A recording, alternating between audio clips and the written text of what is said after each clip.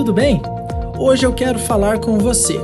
Você sabia que pode fazer as suas contribuições de forma digital? Através do aplicativo ou site do seu banco, você pode transferir seus dízimos e ofertas para uma das contas da igreja. Os nossos dados bancários você encontra em nossas redes sociais, no verso dos envelopes de dízimos e ofertas e em nosso site ibshalom.org. Você também pode fazer sua contribuição utilizando seu cartão de crédito. É só baixar o aplicativo IB Shalom, disponível para Android e iOS, e clicar na aba Doações. Se você já utiliza o aplicativo PicPay, é só escanear esse QR Code ou buscar por Igreja Batista Shalom, clicando no botão Pagar. Para utilizar os cartões de débito, você pode vir pessoalmente ao nosso escritório em horário comercial e utilizar as nossas máquinas de cartão. Teremos imenso prazer em te atender. Queremos agradecer a você por sua fidelidade nos dízimos e ofertas, lembrando do texto de Filipenses 4,19, que diz: "O meu Deus suprirá todas as necessidades de vocês, de acordo com as suas gloriosas riquezas em Cristo Jesus." Até mais! Deus te abençoe!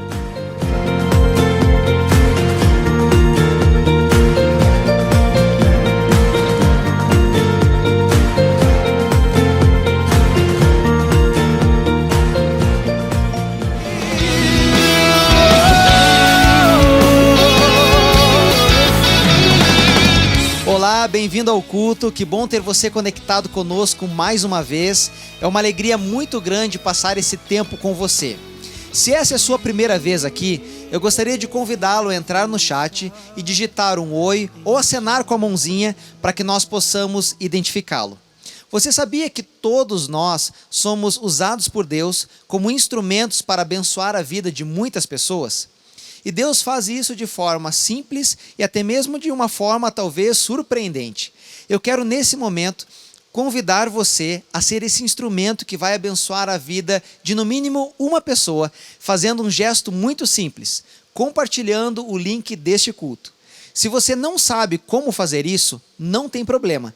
Entre agora no chat e digite "como compartilhar o culto" e alguém da equipe estará entrando em contato com você, passando as instruções necessárias.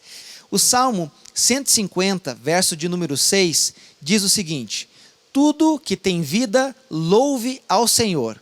Aleluia! Que nesse momento você possa aproveitar a intensidade da presença de Deus onde quer que você esteja. Eu quero orar com você e logo deixar que o Espírito Santo ministre ao seu coração nesse tempo de adoração.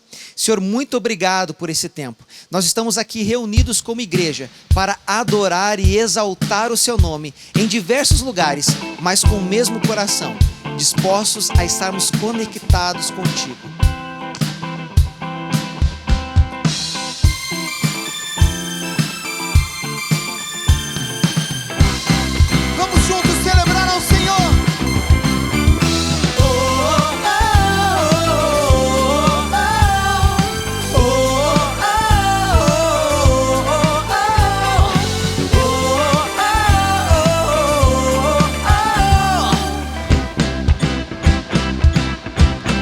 Sim.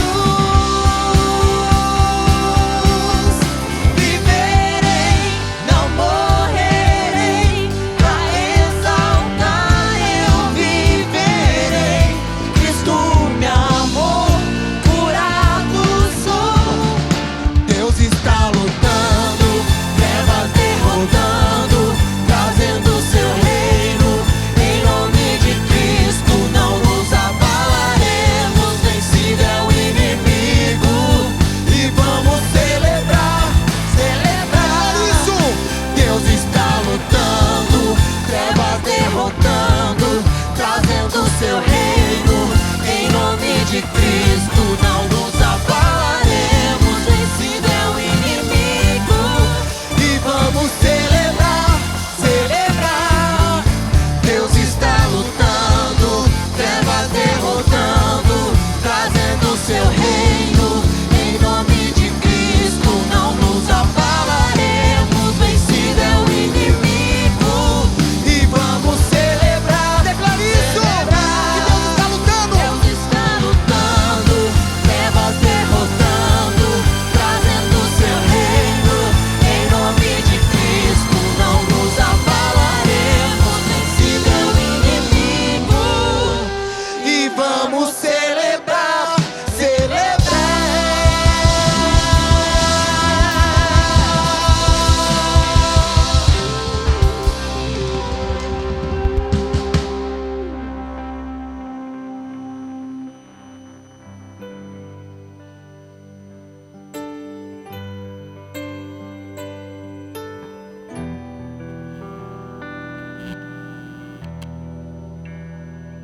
Não há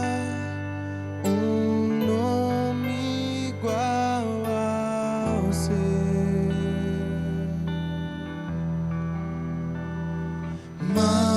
maior que a terra, céu e mar.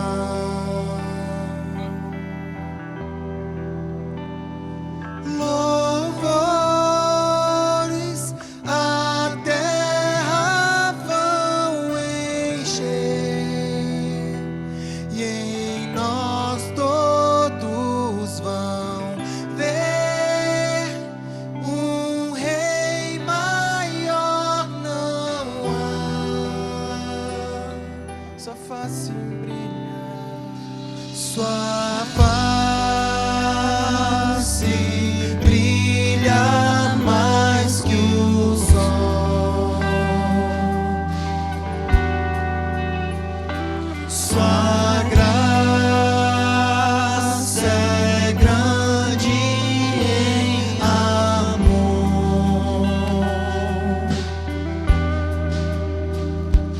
A cura em suas mãos está, e em nós derramará um rei maior não há. Olho pro céu e meu rei vindo está. A luz do mundo nos estende a mão. Não há um nome igual, não há um nome igual. Jesus Cristo é Deus. Oh, oh, oh. No trono está invencível é. Todos se prostram diante do seu poder. Não há um nome igual, não há um nome igual. Jesus Cristo é Deus. Oh, oh, oh. Em Deus a esperança cheia.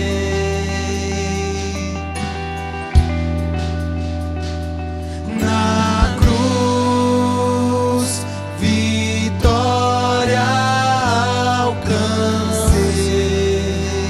Poder que a morte venceu. Poder que a morte já venceu. A vida está em Deus. Um rei maior não há. Olho pro céu e meu rei vindo está. A luz do mundo nos estende a mão. Não há um nome igual, não há um nome igual. Jesus Cristo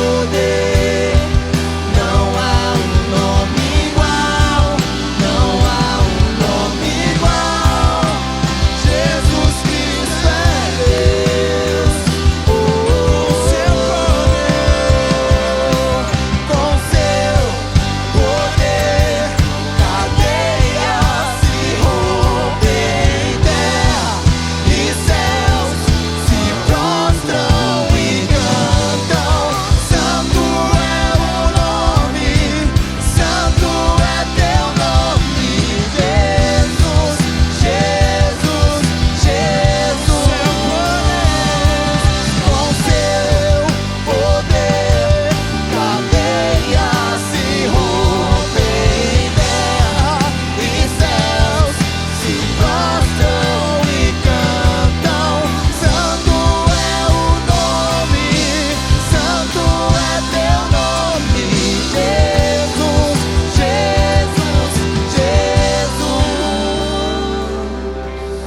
Eu vou construir a vida em ti. Tu és meu fundamento. Eu vou confiar somente em ti. Não vou ser abalado. Eu vou construir a vida em ti. Tu és meu fundamento. Eu vou confiar somente em ti. Não vou ser abalado. Santo, és incomparável, és inigualável. Abre os meus olhos, Senhor, mostra quem tu és e enche o meu coração do amor que faz mudar. Só tu és santo, Jesus. Santo, és incomparável, és inigualável.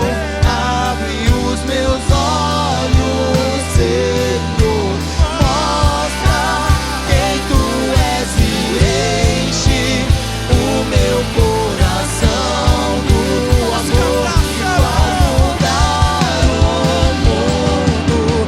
Santo, és incomparável, és inigualável. Abre os meus olhos, Senhor, mostra quem tu és e enche o meu coração do amor que faz mudar o mundo.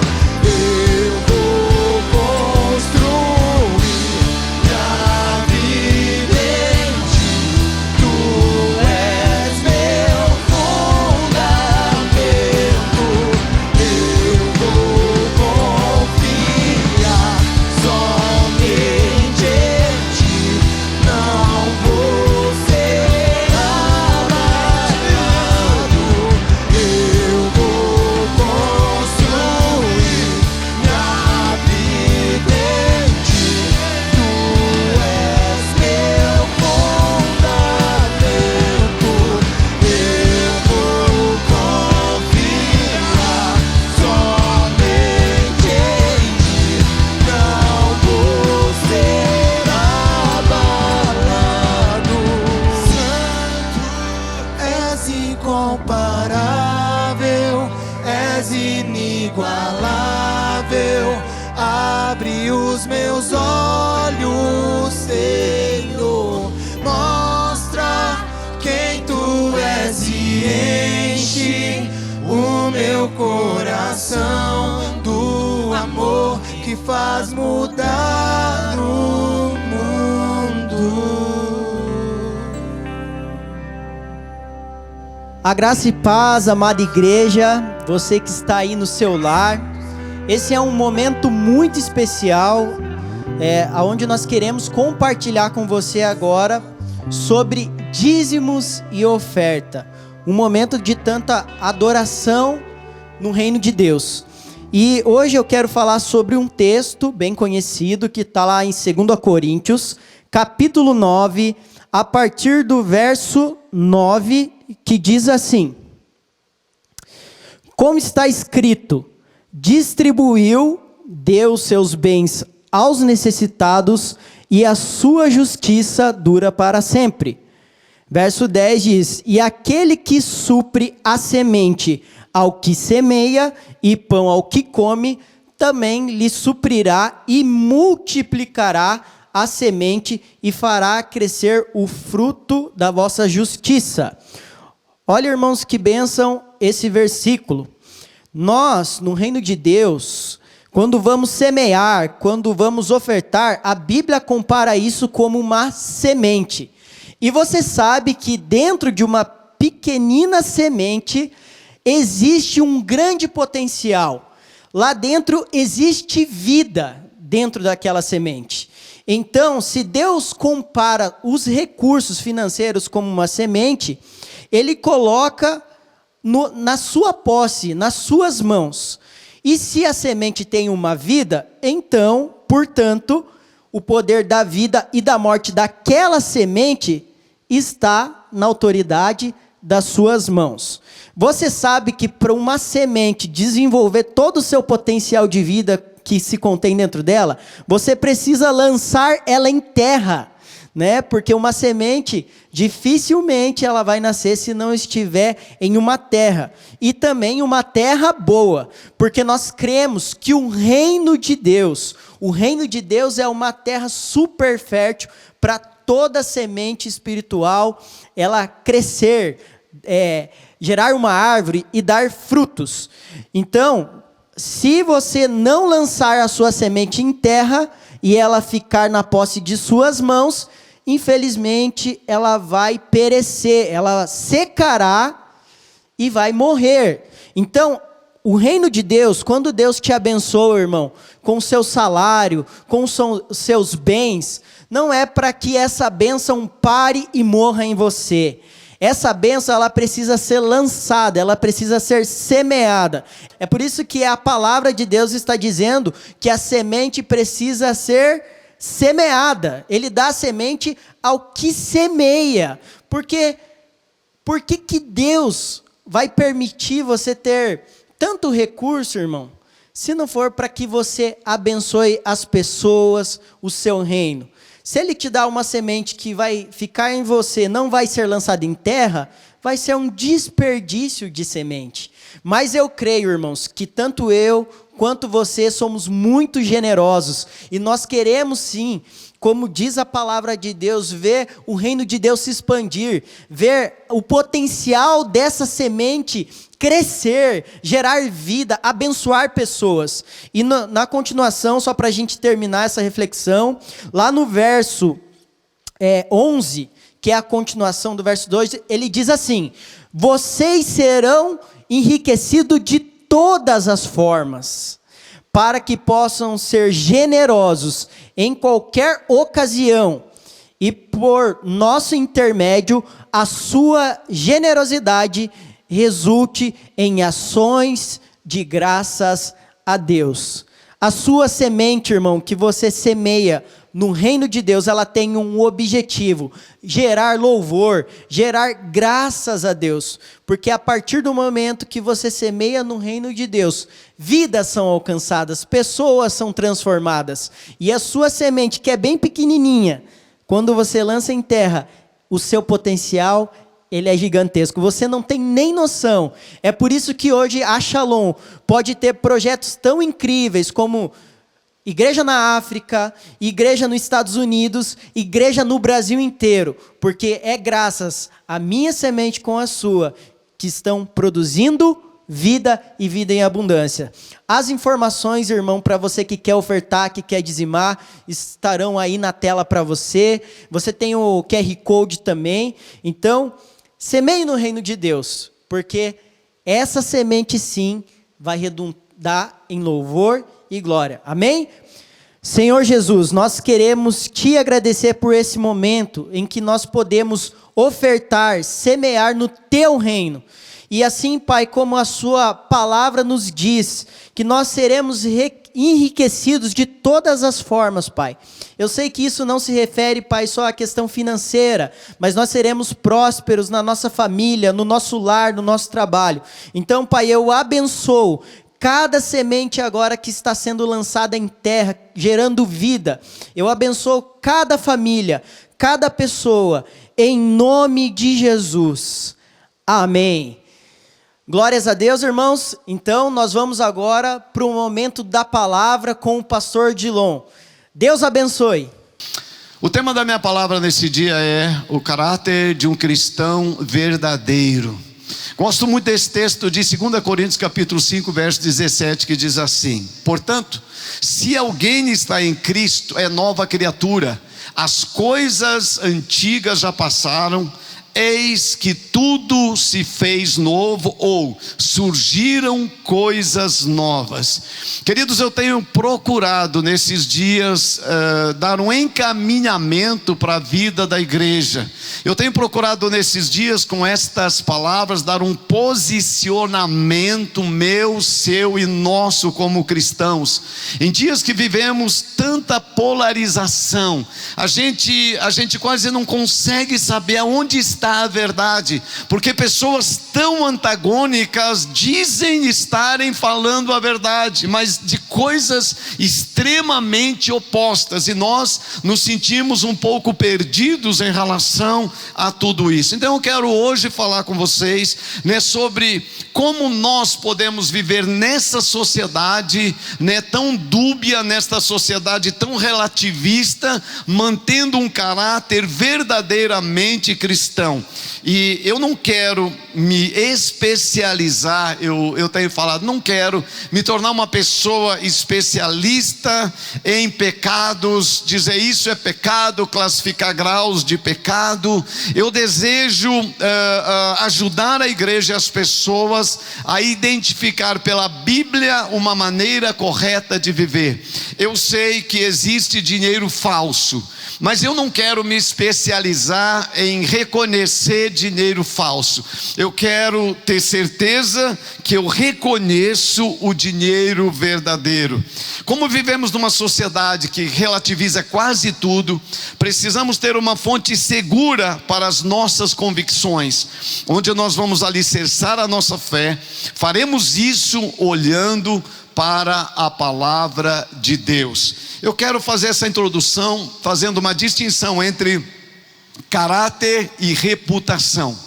Caráter e reputação.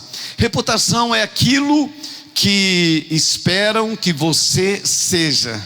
Caráter é aquilo que você realmente é. Reputação é a fotografia, caráter é o rosto. A reputação vem de fora para dentro, mas o caráter cresce de dentro para fora. Reputação é o que você tem quando chega num novo local. Caráter é o que você tem quando você vai embora. Sua reputação é feita no momento, mas o seu caráter é construído durante toda a vida.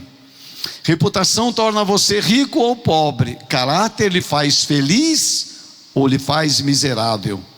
Reputação é o que as pessoas irão escrever de você na sua lápide. Caráter é o que os anjos dizem de você diante do trono de Deus. Deus está interessado no nosso caráter muito mais do que na nossa reputação. Hoje, o que vale na nossa sociedade é a reputação. Quantos seguidores aquela pessoa tem? Não nos importamos em conhecer o caráter das pessoas que chamamos de influencers, pessoas que causam influência nos nossos filhos, que causam influência na sociedade. Eles surgem do quase nada, mas se eles tiverem uma grande reputação, então essas pessoas passam a ser consideradas importantes e influenciadoras da nossa sociedade. Eu acredito que nós vamos, como igreja, precisar nos posicionarmos se para nós o que vale é o caráter ou a reputação. O que realmente importa para nós como homens e mulheres de Deus. O mundo está totalmente polarizado e a igreja sempre foi, ou deveria ser, mas deixou nos últimos tempos de se apresentar como uma instituição que vai ser luz do mundo e vai ser sal da terra. A igreja se posicionou nos últimos anos, eu diria, muito no mais ou menos. A sociedade já está definitivamente polarizada. Ela já está de direita para os conservadores e de esquerda para os liberais. Isso não penso que terá retrocesso em pouco tempo. É assim que a sociedade está agora. Com a eleição dos Estados Unidos, isso ficou muito claro.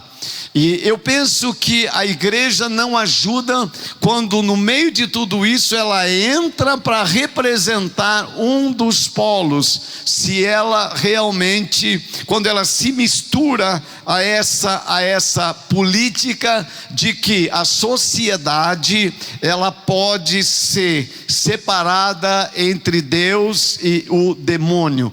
Eu tenho dificuldade para ver Deus e o demônio na política. Esse posicionamento político é de Deus e esse posicionamento político é do diabo. Eu tenho dificuldade para encontrar clareza, né, nessa posição, e acho que quando a sociedade tenta colocar Deus de um lado e Deus do outro na política, nós vamos ter problemas bem sérios. Eu estou falando porque a sociedade ela não representa Deus nessa terra. Quem representa a Deus nessa terra é a igreja. Nós somos representantes autorizados por Deus para manifestar o caráter, para manifestar a vontade e para manifestar o reino de Deus. Por isso que a responsabilidade da igreja é muito grande. Mas eu estou dizendo que como a sociedade se organiza, como ela passa a viver, a igreja tem uma grande responsabilidade também. E eu acredito que, por incrível que pareça, a igreja deve ser muito mais polarizada do que a sociedade. Eu vou explicar isso. Muito tempo a igreja, como a sociedade, ela não era polarizada, ou seja, de extremos. Mas a igreja e o evangelho sempre foi biblicamente de extremos, ou é de um lado ou é de outro lado. Então viver isso não deve nos assustar como igreja, pelo contrário, tá? Eu vejo o mundo se colocando nessa polarização e ele vai se mover nessa polarização. Agora a igreja sempre foi e deveria ser polarizada, ou seja, né, de um lado ou de outro lado. Vou te mostrar isso fazendo perguntas e me responda em casa ou aqui no culto presencial. Rapidinho eu vou falar um lado e você fala outro. Céu, inferno. São extremos. Ou é céu ou é inferno. Imoralidade ou santidade. Imoralidade são extremos, são coisas opostas. Verdade ou mentira. Bem ou Deus ou Espírito ou igreja ou o mundo. Diga igreja ou o mundo. Luz ou trevas. Se a gente olhar a Bíblia, ela é muito definida nessas coisas. Ou você é de Deus ou você é do... Você que falou. Ou você é de Deus. É assim, ou nós pertencemos ao mundo de Deus, ou nós pertencemos ao mundo do diabo. Luz ou trevas. Isso é muito claro. E a igreja, durante alguns anos agora, ela fala, pode ser de Deus e pode ser do mundo. Você já ouviu a história do crente Raimundo, né? Tá com um pé na igreja e outro no mundo, adora Deus e vive na carne. Então a igreja deixou de ser polarizada, deixou de ser, né, um lugar onde as coisas são bem definidas, e o mundo decidiu agora, né, que ele quer que as coisas sejam definidas, e a igreja vai precisar, por causa, né, dessa situação, se posicionar. Mateus 6,24 diz assim: ninguém pode servir a dois senhores, pois odiará um e amará o outro, ou se dedicará a um e desprezará o outro. Você não pode servir a Deus e a Mamon. Ou é Deus ou é Mamon. Não pode servir os dois. De que lado você está? Deus não trabalha e não se move no campo neutro. E há um movimento gospel que gostaria de nos dar a ideia que Deus se move num campo neutro. Tanto faz quanto tanto fez, mais ou menos. Não, ou é ou não é. Apocalipse 3, 15 e 16 diz assim: conheço as tuas obras, sei que você não é frio nem quente. Melhor seria que você fosse frio ou quente. Assim, porque você é morno, não é frio nem quente, estou a ponto de vomitar-te da minha boca. Então, no reino de Deus não há lugar para sermos mornos, ou nós somos quentes ou nós somos frios. E é impressionante como a igreja se colocou nesse lugar neutro.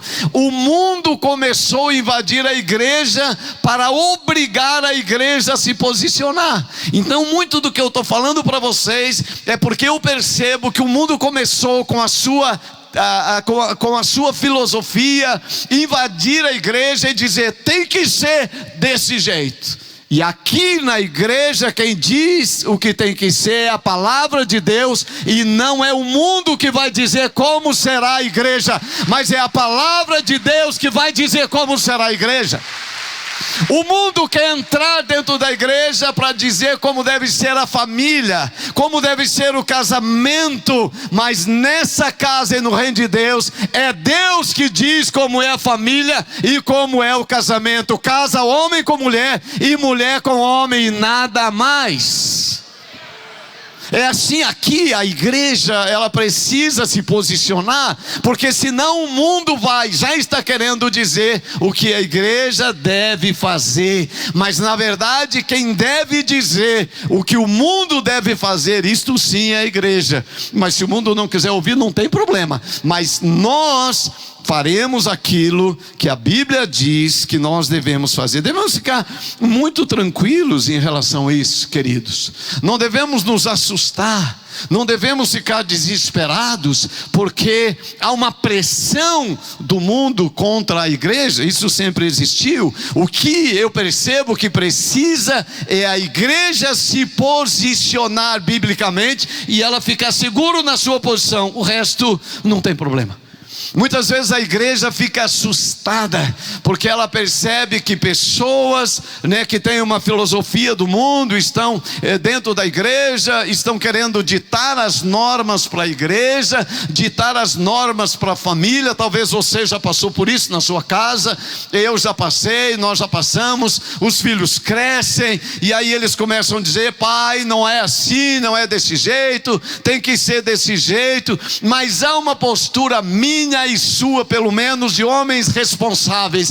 Enquanto minhas filhas estavam debaixo do meu teto, quem dava o direcionamento naquela casa era eu e a Sinorá. Enquanto vocês estiverem aqui, as normas são da nossa casa. O dia que vocês casarem e tiver a casa de vocês, coloque as normas que vocês quiserem, mas por enquanto as normas são dadas pelos pais. E diz a Bíblia que os filhos não devem mover os limites antigos que foram colocados. Mas tem pais que têm medo. Eles têm medo de estabelecer a ordem dentro da sua casa. Eles falam assim: pastor, e se eu perder meus filhos? Eu falei: já perdeu. Não é se você perder, você já perdeu.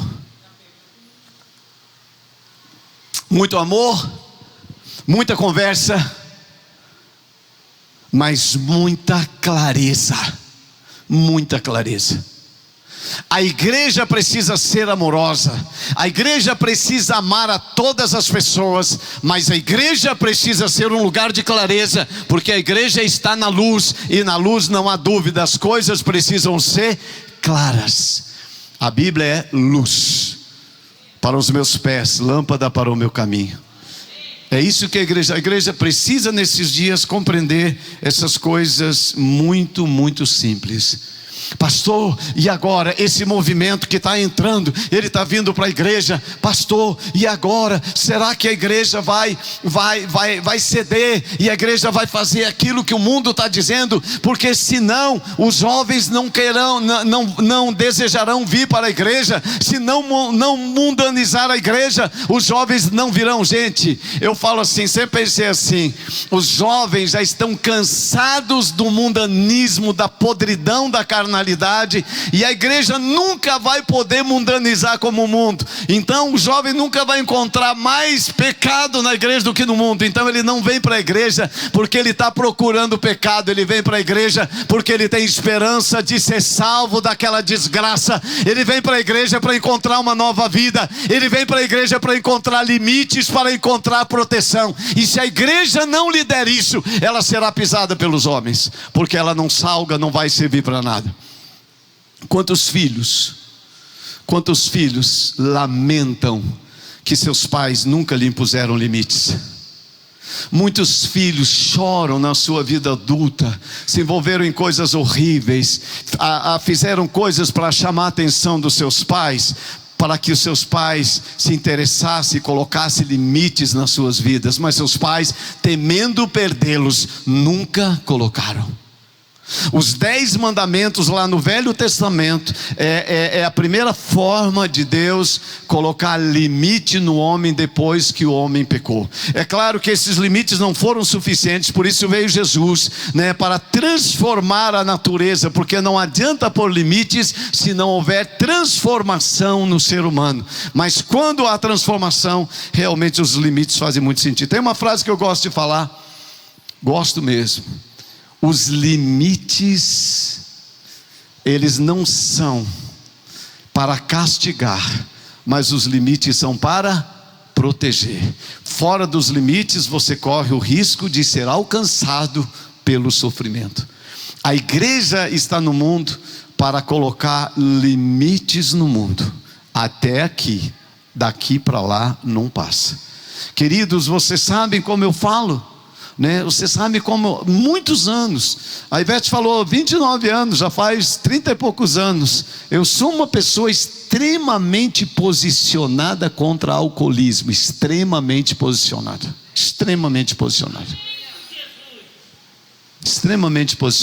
pastor, isso aí já passou, porque os jovens vão beber, todo mundo, quem quiser pode beber, mas eu sempre digo, o álcool é a porta da desgraça para jovens, adolescentes, famílias e sociedade.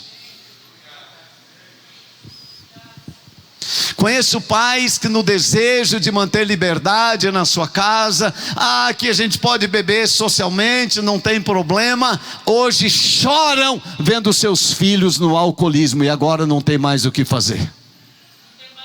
Não tem mais volta.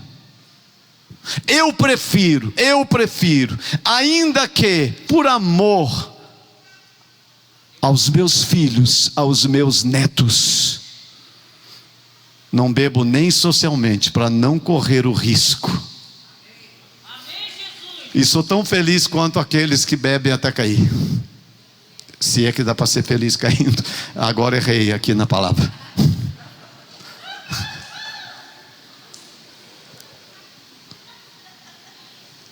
Vocês entendem isso, irmãos? Mas nós temos medo de colocar limite, porque a gente vai perder. Não, irmão, não seja legalista, mas seja uma pessoa de princípios. Seja uma pessoa que compreende o cuidado e mantenha cuidado na sua família. Eu estou muito tranquilo nesses dias, ainda que a pressão é violenta, que tem movimentos de esquerda sociais e dizendo que vai mudar isso, que vai mudar aquilo. Aqui não vai mudar nada. Aqui não vai mudar nada. Nós somos uma igreja moderna, mas nós não seremos uma igreja mundana. Não. Não seremos. Modernidade não é sinônimo de mundanismo. Eu posso reformar o meu jeito de vestir como pastor. Pastor vestia terno, gravata, sapatinho, quanto mais ungido, mais brilhava o sapato, Então se era de verniz aí era bem pentecostal. Eu não visto assim.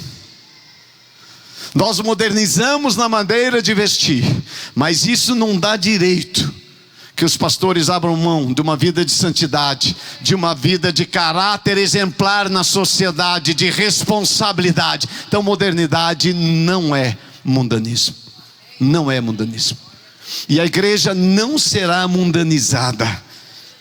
Nós precisamos, gente, está tão difícil, ficamos até constrangidos de falar do mundo, parece que o mundo não existe mais, não é verdade? Ah, fulano é do mundo, a gente nem usa mais termos, porque parece que o mundo deixou de existir. Mundo e igreja parece que ficou tudo a mesma coisa, mas não.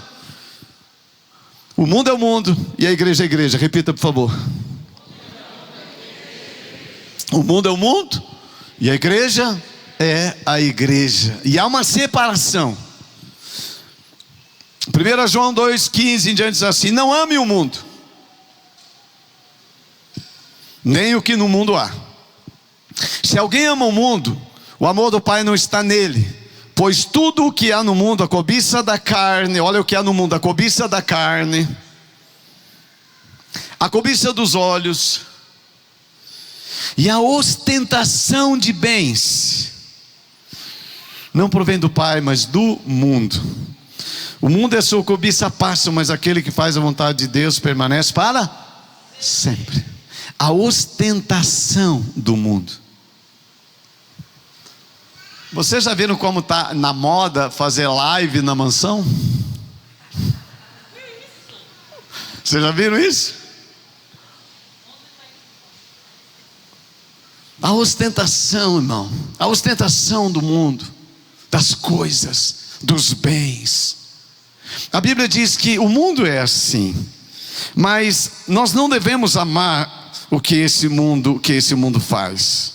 Vamos ter que escolher entre a vontade de Deus ou o sistema do mundo. O que é que você escolhe? O que é que nós escolhemos? A vontade de Deus.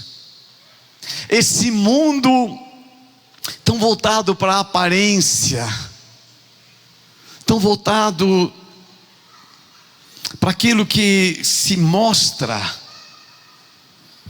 1 Samuel 16:7 diz: o Senhor contudo disse a Samuel: não considere a sua aparência nem a sua altura, porque eu o rejeitei. O Senhor não vê como o homem vê a aparência, mas o Senhor vê o coração. O coração.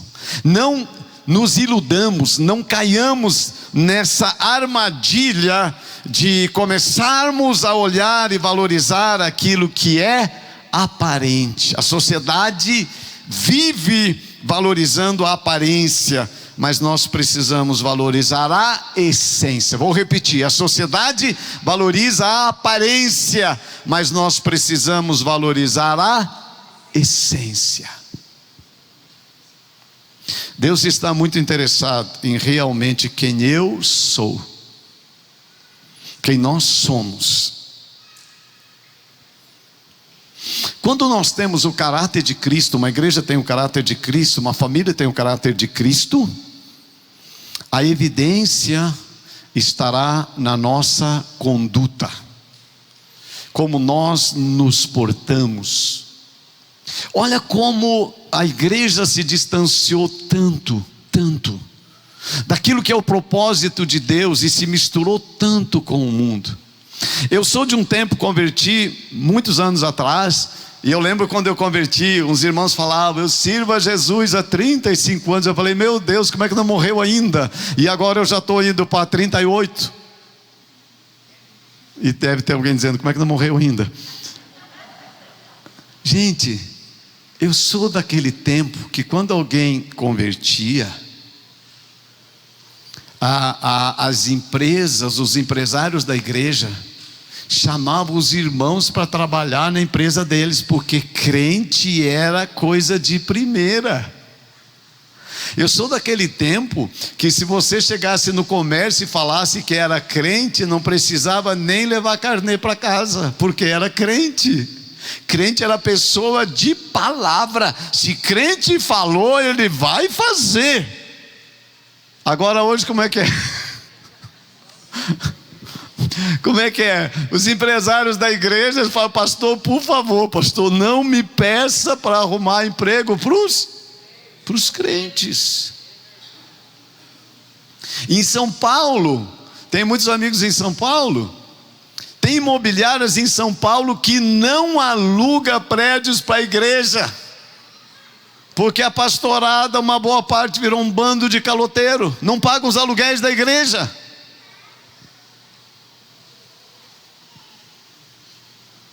Nós desvirtuamos tanto porque a nossa conduta não demonstra que nós temos o caráter de Cristo. E eu pergunto, não mostramos porque não temos? Por isso não podemos mostrar? Porque a Bíblia é muito enfática: se alguém está em Cristo, nova criatura é. As coisas velhas já passaram. Se é uma condição. Eu vou ser muito enfático, porque quero ser enfático. Se a igreja está em Cristo, os crentes terão que mostrar na sua conduta o caráter de Cristo. Não é possível, não tem como você estar em Deus e não mostrar uma conduta em Deus. O novo nascimento produz transformação radical na natureza humana. Se a conduta não muda, temo que não mudou a natureza. Tiago 3, 10, 12 diz assim: da mesma boca procede bênção e maldição. Meus irmãos, não pode ser assim. Não pode. Você já viu que tem uma moda agora de crente falar palavrão? Você já viu isso? Vocês já viram? Vocês já viram pastor no púlpito falando palavrão? Porque isso faz com que eles se identifiquem com a massa, a sua humanidade. É uma desgraça. A Bíblia diz que não pode da mesma boca sair bênção e maldição. Não pode. Faz 5 dedinhos. Não pode. Não pode. Se não pode, não pode. Simples assim. Diga assim: se não pode, não pode. Mas o Brasil é muito relativista. Uma coisa pode, outra coisa não pode. Eu já contei para vocês, cheguei na Coreia e um pastor lá foi me buscar no aeroporto. E ele dirigindo a van, né? Seul, aquela cidade linda, a primeira vez que eu estava lá. E eu falei: pastor, me conte. Ele trabalhou muito tempo como missionário no Brasil, falava português. Eu falei: me conte, como é aqui na Coreia, essa coisa de roubo, de violência? E aí ele dirigindo a vanzinha dele, aquele silêncio oriental. Ele não me respondeu nos primeiros segundos, demorou talvez 30, 40 segundos. E ele dirigindo, pensei que ele não ia me responder mais. Daí a pouquinho ele olhou para mim e falou assim: pastor, roubo aqui na Coreia proibido? Eu achei interessante a resposta dele. Roubo aqui na Coreia é proibido. Depois eu entendi o que ele estava me dizendo. Que lá o que é proibido é proibido. Aqui no Brasil roubo é proibido? Também é proibido. Eu também poderia. Se ele me perguntasse: pastor Odilon, me diga uma coisa, como é que é roubo no Brasil? Eu falaria: roubo no Brasil é proibido. Mas não há clareza entre o que pode e o que não pode. Tiago diz: não pode ser assim. Não pode ser assim. Acaso pode sair água doce e água amarga da mesma fonte? Meus irmãos, pode uma figueira produzir azeitona ou videira figos? Da mesma forma, uma fonte de água salgada não pode produzir água doce. Não pode. Ou é uma coisa ou é outra coisa. Agora, o que o mundo está fazendo? O mundo está tentando mudar e tirar a clareza do princípio do reino de Deus. Se o mundo quiser fazer, que o faça. Agora, querer obrigar que a igreja faça a mesma coisa, de jeito maneiro. Tiago diz: não é bom que as coisas sejam confusas. É uma desgraça para a sociedade, para esses jovens adolescentes sem identidade. Você anda na rua, você olha e fala assim: mas o que é isso? Vocês já passaram por essa? O que é isso? Você não sabe o que é. Você olha de novo. Todas as características de identidade foram tiradas.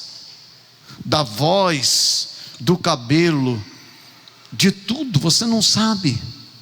Esses dias eu vi um famoso aí dizendo: olha, eu não sou nada. Aí ele não usa português para falar nada que defina o que ele é. Então ele está criando um vocabulário para ele.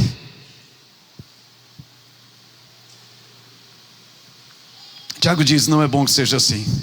As coisas precisam ser claras. Deus criou com clareza. Quanto mais clara, será melhor para a sociedade e para todos nós. Eu creio, irmãos, eu creio de verdade que nesses dias a igreja precisa, vou terminar essa parte aqui, a igreja precisa ser muito definida. Simples assim. Santificação é uma manifestação do caráter de Cristo.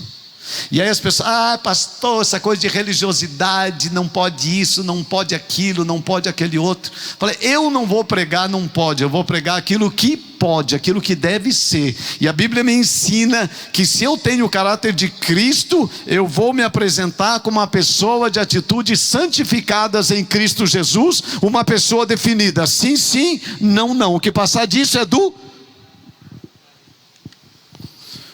maligno. 2 Pedro 1:3-5 diz assim: seu divino poder nos deu tudo de que necessitamos para a vida e a piedade, por meio do pleno conhecimento daquele que nos chamou para a sua própria glória e virtude. Dessa maneira ele nos deu as grandiosas e preciosas promessas, para que por elas vocês se tornassem participantes, olha só, participantes da natureza divina, e fugissem da corrupção que há no mundo, causado pela cobiça. Por isso mesmo, empenhem-se para acrescentar à sua fé a virtude, e virtude o conhecimento. Virtude, ou seja, nós temos que nos apresentar com o caráter de Cristo. Virtude é uma qualidade, santidade é uma virtude, é um fruto, um sinal de quem está vivendo em Cristo, com Cristo e para Cristo. 1 Pedro 1,14: como filhos obedientes, não se deixem amoldar pelos maus desejos de outrora, quando viviam na ignorância, mas assim como é santo aquele que os chamou, sejam santos vocês também, em tudo o que fizerem, pois está escrito: sejam santos, porque eu sou santo. Santidade é uma vestimenta da igreja. Santidade é uma forma da igreja se apresentar. E Filipenses 3:12 ele diz: não que eu tenha obtido isto, ou tenha sido aperfeiçoado, mas prossigo para alcançar, pois para isso também fui alcançado por Cristo Jesus. Irmãos, não penso que tenha alcançado, mas uma coisa faço: esquecendo-me das coisas que para trás ficaram, eu avanço para as que estão adiante de mim, e prossigo para o alvo, a fim de ganhar o prêmio do chamado celestial de Deus em Cristo Jesus. Eu acredito, vou concluir dessa forma, eu acredito que a igreja, ela tem que ser aberta para todo tipo de pessoa. A igreja não pode fechar as portas para nenhum tipo de pessoa que traga com ela os seus pecados, nenhum. Porque como sociedade classificamos pecados mais graves e menos graves. Para Deus não existe classificação. O pecado da mentira, do roubo, da imoralidade, todos são classificados do mesmo jeito. Então a igreja, ela tem que ser um lugar aberto para que as pessoas tão cheias de qualquer tipo de pecado sejam recebidas. E não podemos de maneira nenhuma excluir qualquer tipo de pessoa. Porém a igreja tem que ser um lugar de transformação. As pessoas não poderão vir para esse lugar e permanecer 29 anos da mesma maneira. Porque se alguém está em Cristo, nova criatura é. As coisas velhas já passaram, eis que tudo se fez novo. Por isso eu falo para você, nesse dia, nossa vida estando em Cristo, nós experimentaremos uma transformação na nossa natureza. A velha natureza será arrancada de dentro de nós, o coração de pedra será arrancado, e Deus colocará dentro de nós um coração de carne, ou seja, um coração sensível para ouvir a voz dele, um coração sensível para ouvir a palavra dele. E a Bíblia diz que do coração procede todas as saídas da vida. Se o nosso coração está em Cristo, as nossas nossas ações serão a revelação de Cristo em nós, esperança da glória. Gálatas capítulo 2, verso 25. Eu já estou crucificado com Cristo, agora vivo não mais eu, mas Cristo vive em mim. Estava ontem participando de um evento e um pastor muito precioso que eu conheço, ele começou a falar, e eu conheço ele como pastor, e eu jamais imaginei, fiquei surpreso quando ele começou a dizer, ele tem uma família muito linda, e ele disse, alguns anos atrás, eu servi a Deus como jovem, mas eu fui atraído pelo mundo, e eu conheci uma jovem no mundo, e me perdi com essa jovem, casei com ela, estabeleci uma família fora do padrão de Deus. Algum tempo depois essa mulher me abandonou, foi embora com outro homem, e eu fiquei desesperado sozinho, lembrando dos ensinamentos que meus pais haviam plantado dentro do meu coração quando eu era criança e adolescente. Naquele desespero, então eu lembrei que em Cristo havia esperança, e eu procurei uma igreja que me acolhesse com amor, mas que promovesse arrependimento dentro do meu coração. Nessa igreja fui acolhido com amor, fui tratado com disciplina, com seriedade, e fui restituído na minha santidade. Deus me deu uma nova esposa, ela está aqui, hoje eu sou um pregador da palavra de Deus, e acredito que a igreja é um lugar de perdão de pecados para a gente que verdadeiramente se arrepende e decide ser uma nova criatura em Cristo Jesus. É isto que eu creio, é isto que eu quero, é isto que eu prego, é isto que nós vamos viver para a glória de Jesus. Eu vou construir minha vida em ti, tu és meu fundamento. Eu vou confiar somente em ti, não vou ser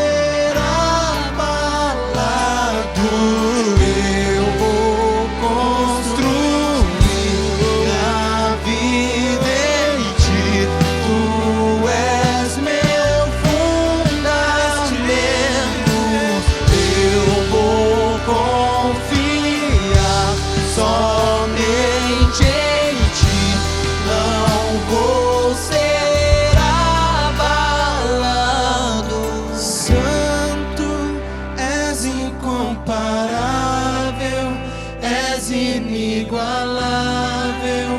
Abre os meus olhos, Senhor, mostra quem tu és e enche o meu coração do amor que faz mudar. Só tu és santo, Jesus. Santo, és incomparável, és inigualável. Meus olhos, Senhor, mostra quem tu és e enche o meu coração do amor que vai mudar o mundo. Santo, és incomparável.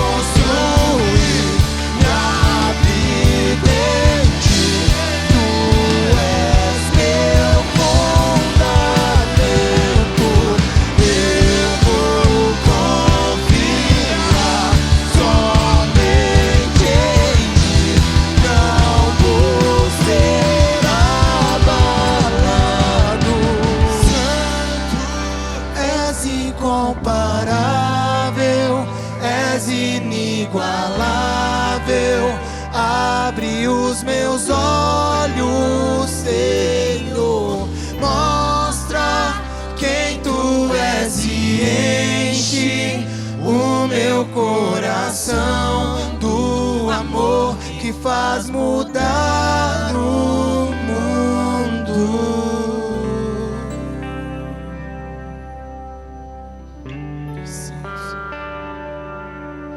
Sim.